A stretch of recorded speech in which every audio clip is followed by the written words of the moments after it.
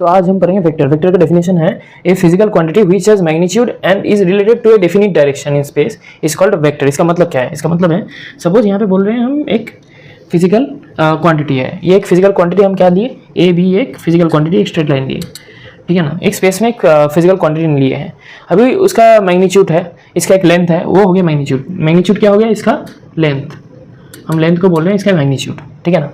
And is related to a definite direction in space, इसका एक direction दे देते हैं, ये डायरेक्शन क्या हो गया? ए टू बी हो गया, directed to A to B. तो इसको हम क्या बोल सकते हैं? इसको हम वेक्टर बोलेंगे। कैसे? इसको डिनोट कैसे करेंगे? इसको लिखते हैं ऐसे, ए बी ऊपर में एरो, इसको बोलेंगे वेक्टर। या फिर और इसको कैसे रिप्रेजेंट कर सकते हैं? ऐसे रिप्रेजेंट कर सकते हैं, स्मॉल ए बार, ठीक है ना। अभी इसका सपोज लेंथ 5 है, ये सपोज 5 है लेंथ, तो हम इसको क्या कैसे लिखेंगे? A B bar is equal to 5, mod of A B bar is equal to 5। या फिर ऐसे भी लिख सकते हैं A bar is equal to 5, mod of A bar is equal to 5। ऐसे हम इसका हम क्या बोल सकते हैं? मैग्नीट्यूड निकाल सकते हैं, ठीक है ना। कोई भी फिजिकल क्वांटिटी है, ऐसे हम मैग्नीट्यूड निकाल सकते हैं। अभी हम पढ़ेंगे क्या एक चीज़, वो है यूनिट वेक्टर। यूनिट वेक्टर, अब यूनिट वेक्टर किसको बोलता है? जिसका मैग्नीट्यूड हो गया 1, जिसका मैग्नीट्यूड हो गया 1, उसको बोलते हैं यूनिट वेक्टर। मतलब ए बार का अगर मॉड लेंगे तो उसका वैल्यू 1 आएगा, तो हम उसको बोलेंगे यूनिट वेक्टर। तो अभी हम पढ़ेंगे equality of two vectors. Two vectors A and B are said to be equal if they have same magnitude and same direction, ठीक है ना। तो अभी हम थोड़ा एग्जांपल करते हैं, ठीक है ना। ये एक वेक्टर है ए वेक्टर, ठीक है ना। ये हम दूसरा वेक्टर लिए, ये दूसरा वेक्टर लिए, ये हो गया बी वेक्टर। इनका डायरेक्शन तो सेम है, बट इनका क्या है, जो मैग्नीट्यूड है, मैग्नीट्यूड इसका बड़ा है। तो फिर इस केस में हम लिखेंगे A vector not equal to B vector. और एक चीज़ है, अगर हम ऐसे लिए, ये हो गया ए वेक्टर और ये हो गया बी वेक्टर, हम एजम्पशन कर लेते हैं इन दोनों का मैग्नीट्यूड 5 यूनिट है, ठीक है ना। इसका भी 5 है, इसका भी 5 है, फिर भी ये दोनों इक्वल नहीं होंगे, क्यों? इनका डायरेक्शन अलग है। तो फिर इन दैट केस ये दोनों नॉट इक्वल टू होंगे। तो हमारा इक्वल होने का एक ही कंडीशन है, सपोज ये ए वेक्टर है, ये बी वेक्टर है, तभी ये इक्वल हो पाएंगे। मतलब इनका मैग्नीट्यूड और जो डायरेक्शन वो दोनों सेम होने चाहिए। इनका मैग्नीट्यूड जो है, लेंथ, ये दोनों सेम हो गए, और इनका जो डायरेक्शन है वो भी सेम होना चाहिए, तब हम लिखेंगे A vector is equal to B vector. तो हम थोड़ा सा पढ़ लेते हैं। नल वेक्टर और जीरो वेक्टर, इसका मतलब क्या है? दोनों सेम है।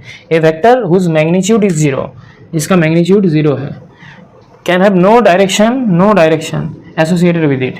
मतलब जिसका मैग्नीट्यूड 0 होगा और उसका कोई भी डायरेक्शन नहीं रहेगा, तो such vector is called null vector. Null vector और जीरो वेक्टर सेम है। तो इसको डिनोट कैसे करते हैं?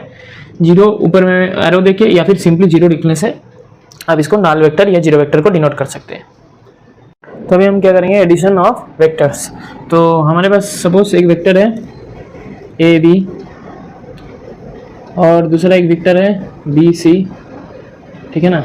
इसको पकड़ते हैं ए वेक्टर, इसको बोलते हैं बी वेक्टर। अभी इस दोनों का अगर एडिशन होगा तो फिर वो आएगा ए सी वेक्टर, जो जिसका डायरेक्शन होगा इस तरफ। मतलब ए वेक्टर प्लस बी वेक्टर हो गया ए सी वेक्टर। ये डायग्राम आपको याद रखना है, मतलब डायरेक्शन वाला। ए बी अगर इस साइड में हुआ, बी सी अगर इस साइड में हुआ, तो ए सी का डायरेक्शन होगा इस साइड में। मतलब आप यहाँ पे ले सकते हैं A B vector plus B C vector equal to A C vector, ठीक है ना। अभी हम क्या करेंगे? Subtraction of two vector. तो हम क्या कर रहे हैं? हमको निकालना क्या वो है? A vector minus B vector, ऐसा फॉर्म निकालना है। तो हम क्या करेंगे? सपोज ऐसा फॉर्म ला रहे हैं, ठीक है ना। सपोज ये हो गया ए बी, ठीक है ना। ये हो गया एक वेक्टर ए वेक्टर। अभी ये हो गया बी सी, ये क्या हो गया? बी वेक्टर, ठीक है ना। तो हमको क्या चाहिए? हम पहले पढ़े थे क्या, ये अगर हम ऐड कर देते हैं तो फिर हो गया ए प्लस बी, पर हमको चाहिए माइनस बी। हम इसको कैसे लिख सकते हैं? A vector plus minus B vector, ठीक है ना। तो ये बी वेक्टर है, माइनस बी कहाँ जाएगा? ये देखिए, हम इसको एक्सटेंड कर रहे हैं। ये बी वेक्टर है तो ये इस साइड डायरेक्शन उल्टा कर दिया, तो ये हो गया माइनस बी वेक्टर। ये हो गया हमारा सी डैश, हम सी डैश पकड़ लिए। तो अभी देखिए हम क्या कर रहे हैं? इसके साथ इसका एडिशन कर रहे हैं। हम क्या कर रहे हैं? A vector plus minus B vector कर रहे हैं। ए प्लस बी कर रहे हैं, ए प्लस ये बी पकड़ लीजिए, तो इसको प्लस कर रहे हैं, माइनस बी वेक्टर है, तो इसका रिजल्टेंट कौन वाला होगा? रिजल्टेंट होगा ये वाला, जो क्या हो गया? ये वाला डायरेक्शन में। मतलब हम यहाँ पे लिख सकते हैं A C dash equal to A B plus B C dash vector, B C dash vector, A B vector plus B C dash मतलब ए सी, पहले एडिशन में वही पर है। अभी देखिए ए बी वेक्टर का वैल्यू क्या है A vector, B C dash का वैल्यू क्या है माइनस बी वेक्टर, मतलब ये हो गया ए वेक्टर माइनस बी वेक्टर। तो हमको ऐसे निकालना है सब्ट्रैक्शन ऑफ टू वेक्टर्स।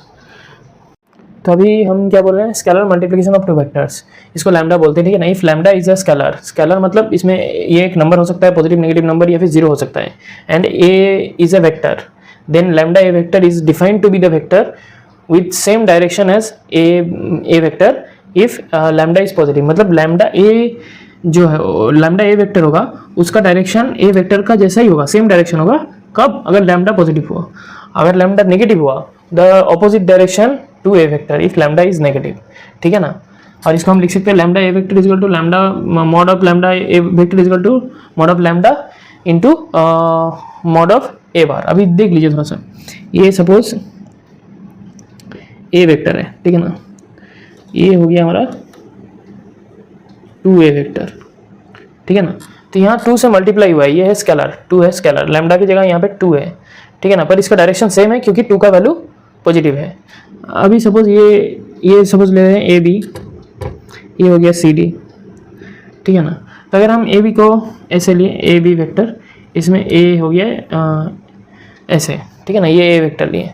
अभी हम ये लिख रहे हैं ऐसा, ठीक है ना, इसको पकड़ लीजिए सपोज सी डी, तो ये अलग एग्जाम्पल हो रहा है, ठीक है ना। ये -3 लिख रहे हैं, क्यों? इसका डायरेक्शन देखिए उल्टा दिग में है।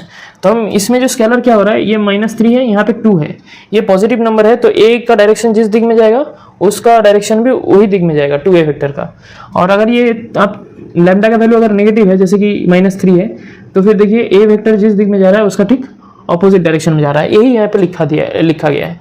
अगर लैम्डा का वैल्यू पॉजिटिव हुआ तो सेम डायरेक्शन, लैम्डा का वैल्यू नेगेटिव हुआ तो फिर ऑपोजिट डायरेक्शन। लैम्डा क्या हो गया, एक स्केलर क्वांटिटी। सपोज हमारे पास अभी 2 वेक्टर है, ए वेक्टर और बी वेक्टर, इसका रिलेशन क्या है इन दोनों में से, A vector is equal to lambda into B vector. अगर ए और बी का रिलेशन ऐसा है, वहाँ लैम्डा इज स्केलर, ठीक है ना, लैम्डा स्केलर है, तो हम क्या बोलेंगे, ए वेक्टर इज पैरेलल और कोलिनियर टू बी वेक्टर।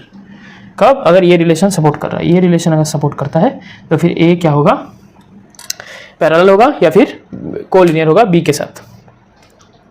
तो अभी हम क्या पढ़ेंगे, coplanarity of vector C, the 3 vectors A B C are coplanar, मतलब एक ही सेम प्लेन में बिलोंग कर रहा है। सपोज ये ए है, ये बी है, ये सी है, ये सब बोर्ड के ऊपर, बोर्ड को अगर एक प्लेन पकड़ते हैं तो उसमें बिलोंग कर रहा है। तो फिर हम क्या करेंगे, ये vectors we can express one of the vectors, मतलब कोई भी ए बी सी को, कोई भी को हम ऐसे रिप्रेजेंट कर सकते हैं। कैसे?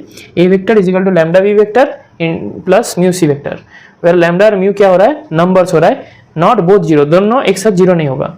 एक एग्जांपल लेते हैं, सपोज ए वेक्टर है, ए वेक्टर को हम लिख रहे हैं 3b वेक्टर, देखिए यहाँ लैम्डा की जगह है 3 माइनस 2c वेक्टर, यहाँ म्यू की जगह क्या है -2, यहाँ लैम्डा इक्वल टू क्या हो रहा है 3, म्यू इक्वल टू -2। तो फिर हमारा ए बी सी जो हो गया वो हमारा कोप्लेनर हो गया बाय डेफिनेशन, ये ऐसे लिख सकते हैं। तो फिर ये तीनों वेक्टर कोप्लेनर हो गया। तो अभी हम क्या करेंगे, projection of A vector on A line, एक वेक्टर है उसको हम एक लाइन के ऊपर प्रोजेक्ट कैसे करेंगे, ठीक है ना। तो सपोज हमारे पास एक वेक्टर है ए बी, आप देख सकते हैं ए बी एक वेक्टर है, और एक लाइन जो ब्लैक कलर का लाइन गया है वो है जी। अभी हम क्या कर रहे हैं, ए से हम एक प्लेन ले रहे हैं जो ए से पास किया है, देखिए रेड कलर में दिखाए हैं वो प्लेन परपेंडिकुलरली जी लाइन को कहाँ कट कर रहा है, पी में, ठीक है। सिमिलरली एक प्लेन ले रहे हैं जो बी से पास किया है, वो परपेंडिकुलरली आपका जो जी लाइन है उसको कहाँ कट कर रहा है, क्यू में। तो अगर ऐसा होता है तो हम क्या बोलेंगे, P Q is called projection of the vector A B on G. P Q जो है ए बी का प्रोजेक्शन है, कहाँ, जी के ऊपर, जी जो लाइन है उसके ऊपर ए बी का प्रोजेक्शन है। अभी आप यहाँ पे एक चीज याद रखिए, if A B makes an angle theta with the line G, अगर ए बी जी जो लाइन है उसके साथ अगर थीटा एंगल करेगा, ठीक है, the projection of A B on G होगा mod of A B bar into cos theta. अगर ए बी और जो जी लाइन है उसके बीच का एंगल अगर थीटा होगा तो the projection of A B on G होगा ए बी का जो लेंथ है, ये मैग्नीट्यूड वैल्यू आएगा इंटू कॉस थीटा। ये फॉर्मूला आप याद रखिए तो आप प्रोजेक्शन आराम से निकाल पाएंगे। तो हम एग्जाम्पल करते हैं, सपोज ए बी एक वेक्टर है, ठीक है ना। ए बी वेक्टर का मैग्नीट्यूड क्या है 5, सपोज इसका लेंथ है 5 और जी एक लाइन है। A B vector G line के साथ 60 डिग्री एंगल किया है, तो हमारा थीटा का वैल्यू क्या आ गया 60 डिग्री, ठीक है ना। तो ए बी वेक्टर जी के साथ 60 डिग्री लाइन किया है, तो हमारा जो प्रोजेक्शन है, प्रोजेक्शन कौन सा आया, हमारा प्रोजेक्शन जी लाइन के ऊपर ए बी का प्रोजेक्शन है ए डैश्ड बी डैश्ड, उसका वैल्यू क्या आएगा, हम पढ़े आए थे, उसका वैल्यू आएगा ए बी वेक्टर का मैग्नीट्यूड इनटू कॉस थीटा। अभी देखिए ए बी वेक्टर का मैग्नीट्यूड कितना है 5, कॉस थीटा का वैल्यू क्या है 60 डिग्री, तो आंसर क्या आएगा 5 इंटू हाफ, मतलब 5/2 यूनिट। ऐसे आप प्रोजेक्शन निकाल सकते हैं कोई भी वेक्टर का किसी भी लाइन के ऊपर। तो अभी हम पढ़ रहे हैं आई जे के जो वेक्टर है उनके बारे में। यहाँ पे आप देख सकते हैं ओ ए वेक्टर जो है, ओ ए वेक्टर है यूनिट वेक्टर, ये ओ ए वेक्टर है यूनिट वेक्टर एक्स एक्सिस में। ओ ए वेक्टर है यूनिट वेक्टर कौन सा एक्सिस, ओ एक्स एक्सिस मतलब एक्स एक्सिस में, जो कि है आई वेक्टर। ओ बी वेक्टर है, ओ बी जो वेक्टर है वो है वाई एक्सिस में यूनिट वेक्टर, यूनिट वेक्टर मतलब मैग्नीट्यूड होगा उसका 1, वो हो गया जे वेक्टर। और ओ सी वेक्टर जो है वो जेड एक्सिस में है, वो है के वेक्टर। आपको सिर्फ ये याद रखना है, ओ है यूनिट वेक्टर कहाँ पे एक्स एक्सिस में, ओ बी है यूनिट वेक्टर वाई एक्सिस में, और ओ सी है यूनिट वेक्टर जेड एक्सिस में, जो कि है के वेक्टर आई जे के। सपोज हम कोई वेक्टर लिए हैं ए बी वेक्टर, कहाँ पे स्पेस में, ये जो 3 डायमेंशन स्पेस है इसमें कोई एक वेक्टर लिए हैं ए बी वेक्टर। अब इसका प्रोजेक्शन निकालेंगे, प्रोजेक्शन क्या निकालेंगे, एक्स एक्सिस वाई एक्सिस और जेड एक्सिस में, जैसे हम प्रीवियस टॉपिक में कराए प्रोजेक्शन कैसे कराना है कोई भी जगह में। तो फिर हम इसका अगर प्रोजेक्शन करते हैं, सपोज एक्स एक्सिस में प्रोजेक्शन आया 3, वाई एक्सिस में प्रोजेक्शन आया -5, जेड एक्सिस में प्रोजेक्शन क्या आया 0। इस ए बी जो लाइन है उसका प्रोजेक्शन ले रहे हैं एक एक एक्सिस में, जैसे हम प्रोजेक्शन लिए कोई भी लाइन जी एक लाइन लिए थे, तो ये हमारा प्रोजेक्शन का वैल्यू आया। तो फिर हम क्या लिखेंगे, A B vector is equal to 3i vector -5 j vector plus 0 k vector, मतलब इसका वैल्यू आया 3i वेक्टर -5 जे वेक्टर। तो अभी एक चीज़ देखना है, अगर ए बी 2 पॉइंट है जिनका कोऑर्डिनेट है x1 y1 z1 और x2 y2 z2, देन ए बी वेक्टर का कैसे लिख सकते हैं, x2 - x1 into I vector, y2 - y1 into J vector into plus z2 - z1 into K vector. Suppose यहाँ पे एक पॉइंट है p ले रहे हैं 2 - 1 4, तो फिर इसका पोजीशन वेक्टर निकालेंगे। पोजीशन वेक्टर क्या है OP वेक्टर निकाल रहे हैं। ये जैसे ए बी वेक्टर निकाले हैं, ओ मतलब ओरिजिन, ओ वेक्टर क्या हो गया, ओ का पॉइंट क्या हो गया, ओ हो गया ओरिजिन। तो हमारा ओपी वेक्टर क्या आएगा 2 - 0 आई वेक्टर प्लस -1 - 0 जे वेक्टर प्लस ये हो गया 4 - 0 के वेक्टर, मतलब इसका वैल्यू आया 2i वेक्टर माइनस जे वेक्टर प्लस 4k वेक्टर। तो ये हो गया ओपी वेक्टर। अगर कोई भी पॉइंट P है उसका position vector OP vector origin के रेस्पेक्ट में ये आ गया। तो अभी हम क्या पढ़ेंगे, हम पढ़ेंगे डॉट प्रोडक्ट और स्केलर प्रोडक्ट ऑफ 2 वेक्टर्स, ठीक है ना। तो let A and B 2 vectors, A एक वेक्टर है B एक वेक्टर है, ठीक है ना, making an angle theta with each other. A और B के बीच में एंगल क्या है थीटा। तो डॉट प्रोडक्ट क्या होगा, A vector dot B vector mod of A vector मतलब magnitude of A vector into magnitude of B vector into cos theta. इसका एक एग्जाम्पल लेते हैं। सपोज हमारा बोला है जो A वेक्टर है उसका वैल्यू 3 है, ठीक है ना, मैग्नीट्यूड जो है वो हो रहा है 3, और जो B वेक्टर है मैग्नीट्यूड मतलब लेंथ, इस B वेक्टर का लेंथ क्या है हमारा 5 है, ठीक है ना। अभी ये दोनों का जो एंगल ये थीटा बोला है, हम ऐसे ले रहे हैं थीटा का वैल्यू क्या हो रहा है 30 डिग्री। अगर A वेक्टर B वेक्टर के साथ 30 डिग्री एंगल किया है तो फिर डॉट प्रोडक्ट कैसे निकालेंगे, A vector dot B vector equal to mod of A vector mod of B vector cos theta. इसमें वैल्यू बैठा देते हैं, A का वैल्यू है 3, B का वैल्यू है 5 और थीटा का वैल्यू हो गया कॉस 30 डिग्री। कॉस 30 डिग्री का वैल्यू क्या होता है √3/2, मतलब आप निकाल सकते हैं 15 इंटू √3/2 हो गया इसका value A vector dot B vector. इसको याद रखिएगा, ये हमेशा स्केलर क्वांटिटी होगा, ठीक है ना। जो हम डॉट प्रोडक्ट लेंगे उसका वैल्यू हमेशा स्केलर होगा, ठीक है। तो अभी हम एक चीज़ जान लेते हैं। अभी हम पढ़ाए थे किन के बारे में, आई वेक्टर जे वेक्टर और के वेक्टर, जो कि यूनिट वेक्टर है, ठीक है ना। जो कि यूनिट वेक्टर है एक्स एक्सिस वाई एक्सिस और जेड एक्सिस के रेस्पेक्ट में।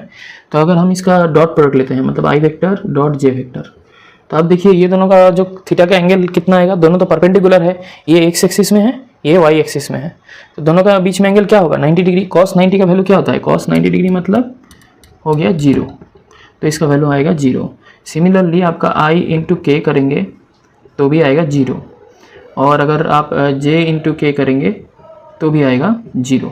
क्यों, जे है आपका वाई एक्सिस, के है आपका जेड एक्सिस, जो कि एक के साथ एक परपेंडिकुलर है, मतलब 90 डिग्री उसका आपका क्या बोलते हैं एंगल है। तो फिर cos 90 का वैल्यू 0 आता है, तो ये भी 0 होगा। तो इन सबका बीच में अगर डॉट प्रोडक्ट करते हैं तो सबका वैल्यू 0 आएगा, क्योंकि ये है थीटा का वैल्यू आ रहा है 90 डिग्री।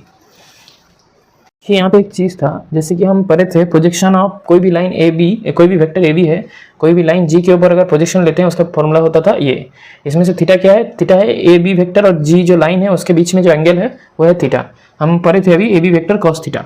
अभी देखिए डॉट प्रोडक्ट जब करते हैं A vector dot B vector, तो क्या होता है magnitude of A vector into magnitude of B vector into cos theta. Theta होता है ए और बी का बीच का एंगल। तो हम क्या करते हैं, ए वेक्टर का जो मैग्नीट्यूड है उसको लिख देते हैं, बाकी जो है देखिए ऐसा नहीं होता है। ए बी वेक्टर का अगर प्रोजेक्शन करते हैं तो ये फॉर्मूला आता है। तो बी वेक्टर कॉस थीटा को हम लिख सकते हैं प्रोजेक्शन ऑफ बी वेक्टर, जैसे projection of A B vector है ऐसे लिखते हैं projection of B vector on the line A vector. क्यों ए वेक्टर के ऊपर, क्यों, क्योंकि ए वेक्टर के साथ ही ये थीटा एंगल किया है, beta B vector A vector के साथ एंगल क्या किया है थीटा। तो ये हम लिख सकते हैं ये वाला पोर्शन जो B vector magnitude of B vector cos theta, इसको हम लिख सकते हैं projection of B vector on the line of A vector. तो ऐसे हम इस फॉर्मूला को यूज़ कर सकते हैं, जो कि आपको प्रॉब्लम्स करने के लिए आसानी होगी। तो अभी हमारा क्रॉस प्रोडक्ट और vector product of two vector जो है उसमें क्या बोला जा रहा है, बोला जा रहा है देखिए ए एक वेक्टर है बी एक वेक्टर है, ठीक है, उसके बीच में एंगल क्या है थीटा, ठीक है। तो इसका जब हम क्रॉस प्रोडक्ट निकालेंगे तो फिर क्या निकलेगा, A vector cross B vector magnitude of A vector into magnitude of B vector into sine theta into N vector. N vector कौन सा वेक्टर है, एन वेक्टर का डायरेक्शन, और ये एक यूनिट वेक्टर है। यूनिट वेक्टर ए और B का परपेंडिकुलर होना चाहिए, ये वेक्टर ए और बी का परपेंडिकुलर होगा। और इसका डायरेक्शन कैसे निकालेंगे, सपोज कोई राइट हैंड स्क्रू है, उसको अगर हम ए टू बी की तरफ घुमाएं, मतलब इस तरफ, ए टू बी मतलब इस तरफ, इस साइड में घुमा रहे हैं, ए टू बी की तरफ घुमाएं तो फिर उसका हेड जहाँ एडवांस करेगा, अगर कोई स्क्रू को आप ऐसे घुमाएं तो ऊपर जाएगा, तो फिर ये हो गया आपका एन वेक्टर का डायरेक्शन। अगर आपको ए वेक्टर यहाँ पे होता, बी वेक्टर यहाँ पे होता, तो फिर क्या होता, ए टू बी होने से इस साइड में होता, एक राइट हैंड स्क्रू लेते हैं, अगर ऐसे घुमाएं तो फिर वो क्या होता है नीचे जाता, तो फिर एन वेक्टर नीचे जाता।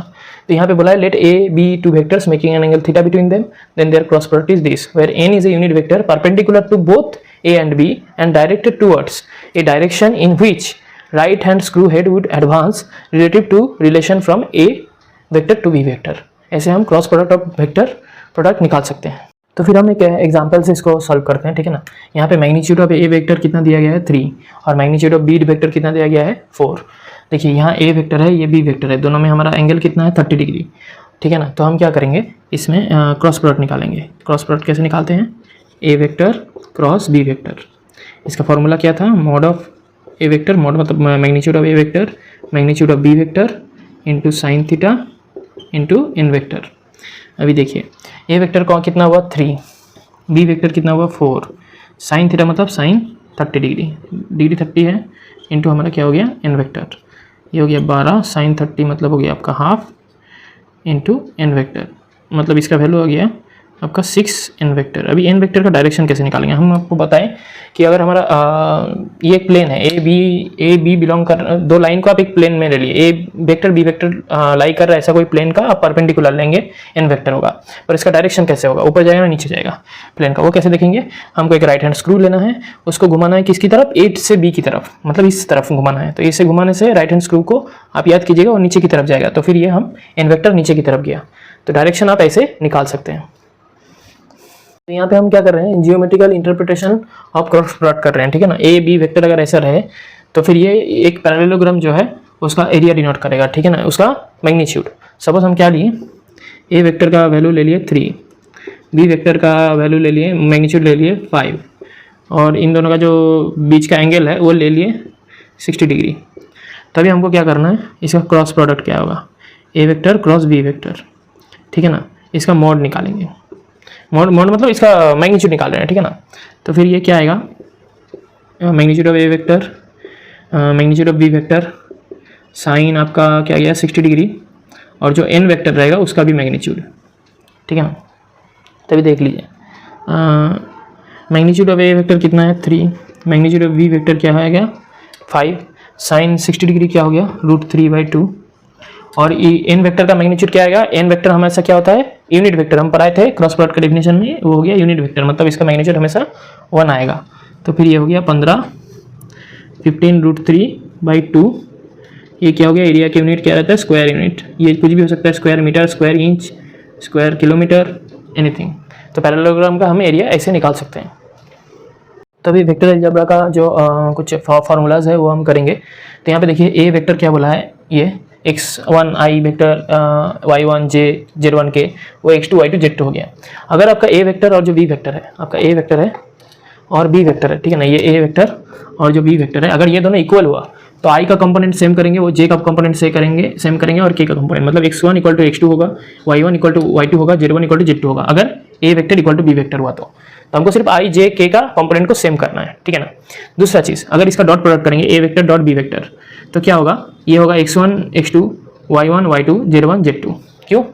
क्योंकि cos 0 होगा 1, तो इस सब का वैल्यू आएगा x1 x2 × 1, y1 y2 × 1, z1 z2 × 1। इसका फॉर्मूला होता है ना a b cos थीटा, तो cos 0 1 होने से ये फॉर्मूला आता है। बाकी i के साथ j जब मल्टीप्लाई करेंगे आप, तब क्या होगा 90 डिग्री हो जाएगा, cos 90 0 हम कराए थे। तो फिर आपको ये फॉर्मूला ऐसे ही याद रखना है, इसका प्रूफ ऐसे ही होता है, क्योंकि i के साथ j के साथ k और i के साथ जो भी k का वैल्यू रहेगा सब 0 हो जाएगा, क्योंकि cos 90 डिग्री वैल्यू रहता है i और j में, ठीक है ना। तो फिर ये हो गया हमारा formula A vector dot B vector x1 x2 y1 y2 z1 z2। अभी अगर मैग्नीट्यूड निकालेंगे तो √/* आएगा x1² + y1² + z1²। ये हो गया फॉर्मूला आपका ए वेक्टर का, आपका जो मैग्नीट्यूड है। उसके बाद हमारा क्या आया, अगर कोई स्केलर लैम्डा एक स्केलर है, लैम्डा सपोज एक स्केलर है, उससे अगर ए वेक्टर को मल्टीप्लाई करेंगे तो लैम्डा × x1 i वेक्टर, सिर्फ हर टर्म से आप लैम्डा मल्टीप्लाई हो जाएगा, lambda × y1 j vector, lambda × z1 k vector. ये हमारा मैथ्स करने के लिए काम में आएगा। अगर ये दोनों वेक्टर को हम ऐड करेंगे ए वेक्टर प्लस बी वेक्टर, तो फिर क्या आएगा x1 + x2 i vector, x1 x2 i का कंपोनेंट ऐड होगा, j का कंपोनेंट ऐड होगा और k का कंपोनेंट ऐड होगा। तो ऐसे हमारा a + b का फॉर्मूला आ गया। ये भी आपको याद, या फिर अगर माइनस होता है तो ये माइनस ये माइनस ये माइनस, बस और कुछ नहीं। अगर क्रॉस प्रोडक्ट करना है, ये डॉट प्रोडक्ट हुआ, अभी क्रॉस प्रोडक्ट करना है, तो उसका फॉर्मूला क्या है, इसको डिटरमिनेंट फॉर्म में लिखते हैं i j k, i के नीचे x1 x2 y1 z1 इसका, और ये x2 y2 z2, i के नीचे x, j के नीचे y, k के नीचे z, जैसा इसमें है उसी ऑर्डर में हमको लिखना है। अब इसको तोड़ देते हैं, तोड़ देने से क्या होगा, i का कंपोनेंट क्या आएगा, i का ये हटा दीजिए, y1 z1 y2 z2, i का निकालेंगे तो i इंटू ये वाला रो और कॉलम हटा देंगे, ये अंदर वाला पोर्शन आएगा i के लिए। फर्स्ट में i का यही लिखे हैं, देखिए y1 z1 y2 z2। उसके बाद हम जब j करेंगे, हम जब j करने वाले हैं, j करने से क्या होगा, हम j का कॉलम और रो हटा देंगे, तो माइनस, सेकंड टर्म माइनस, तो minus x1 x2 z1 z2, वही लिखें x1 x2 z1 z2 plus k लिखने से k के बाद क्या करना है, इसका रो और कॉलम हटा देना है, ये रो ये कॉलम, तो फिर कौन सा पोर्शन आएगा k के लिए, ये वाला पोर्शन, देखिए वही लिखे हैं k × x1 y1 x2 y2, वही लिखा हुआ है।